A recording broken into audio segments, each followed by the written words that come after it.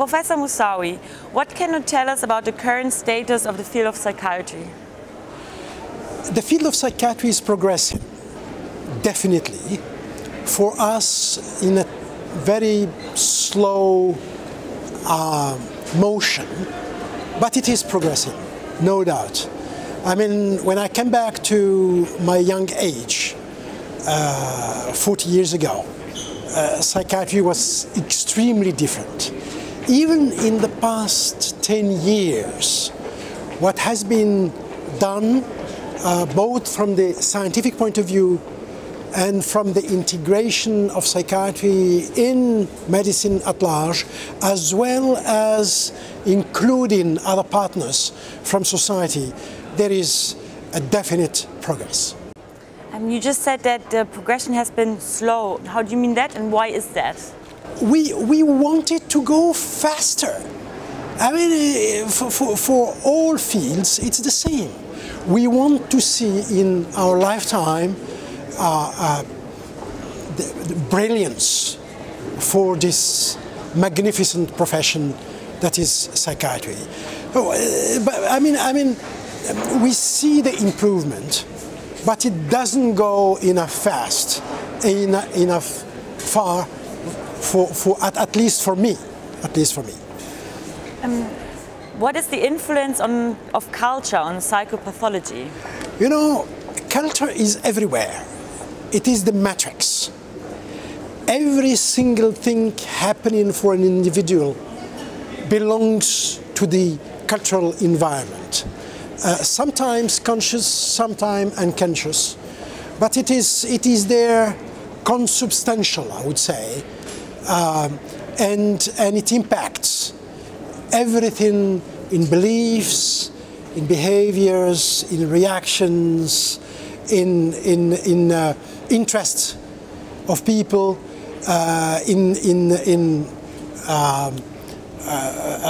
the way we interact with others, family members, profession, colleagues, and society at large. So there is nothing that has not a color of culture on it. And mental disorders do not differ in that. We are talking about the culture of the patient, we are talking about the culture of the psychiatrist and any other mental health professional. And we need to make a kind of harmony between all cultures when we want to help the others who are suffering. We don't need extra difficulties for people who come seeking help from their own difficulties. How does the treatment of mental illness differ between cultures, and are different models used? You know, what we see is that in many developed countries, people go to doctors, physicians, scientific medicine, and in many traditional cultures, people go to traditional healers. But this is partly true. I just learned, for example, that a very industrialized country such as Korea, very industrialized, they have twice more traditional healers than medical doctors. 300,000 traditional healers and only 150,000 medical doctors. 15% of all patients in France, for example, go to see soft medicine practitioners every year. 15%, that's a lot. I'm sure in Germany and elsewhere, probably the same. So there are differences and there are similarities. We know, for example, that 90 to 95% of all patients, mental patients in low and middle income countries, especially low income countries, are not treated, not diagnosed, not treated. But for example, a country like the United States of America, 50% of all people with schizophrenia, patients with schizophrenia, are not treated either. Half of the people with depression in France are not diagnosed, not treated. So we have done a lot of progress, but we have a lot of progress to make in the future as well. How does religion affect the treatment of mental illness, and are there cases where religious practices have an effect on the success of helping a patient? What we know is that religiously practicing people are mentally less in difficulty, problem, and so on. This we know. There is a better mental health for people who practice a religion. Of course, this has nothing to do with extremists or terrorists or who probably have other problems. Many of them, for example, in Islamic terrorism, we know that many of them have been to jail, many of them had sociopathic behavior, many of them were addicts to alcohol, to all kinds of drugs, and so on and so forth. So we need to know that religion, when practiced in a serene way, is a helpful tool. And the difference between traditional countries and cultures and European and Western countries is that people speak much more easily about their beliefs, their religion, when they are in traditional settings or societies, as compared to European or Western countries where religion is something so extremely individual and personal that people don't want to make this any interference with the medical field. So if it happens, should be done with a lot of, a very smart way, kind of humane approach, and to be as open-minded as possible.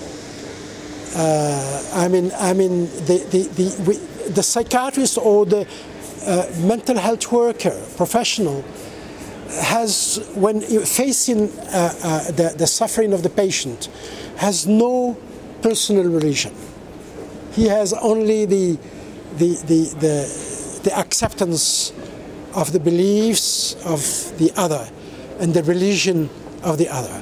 I'm talking about this because all societies will become multicultural and multi-religious. And more, as here in Germany you received 1 million people from Islamic countries in 1 year. So, mental health professionals need to understand that they need to know a little bit more about Islam. They need to know a little bit about the explanatory models of the patients in order to be better therapists for the patient. If people that practice religion are less likely to be mentally ill, does that have something to do with the sense of community? And is that something that is missing in maybe the Absolutely. European? Less depression, less suicide, and so on, and more solidarity in the family. You are absolutely right. Usually people who are very much in practice of religion do have also very stronger social links and family links that are helpful to prevent mental disorders, and in case of a mental disorders, it makes things easier for them to be treated and to have a better outcome after treatment.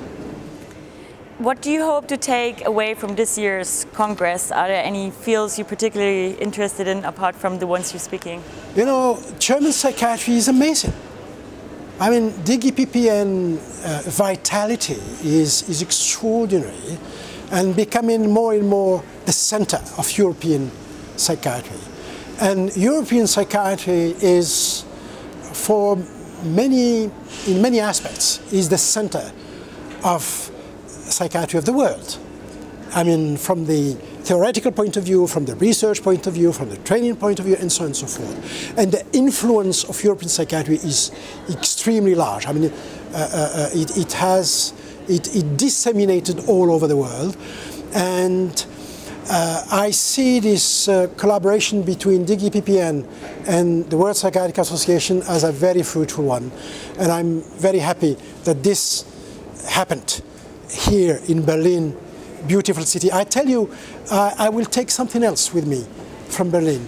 I went yesterday morning to Pergamon Museum and I saw this Ishtar gate, which is an extraordinary item, archaeological item. It's maybe the most beautiful one I have ever seen. And I mean, thanks to the German archaeologists, it's still here instead of being destroyed by war in Iraq. And you know, it says a lot about Babylonian, about Assyrians, and that the Middle East was not always in war and terror and this and that. It was also in civilization. And this is a way to speak about dialogue between cultures and religions. Thank you very much for this and for the interview. Thank you very much. Thank you.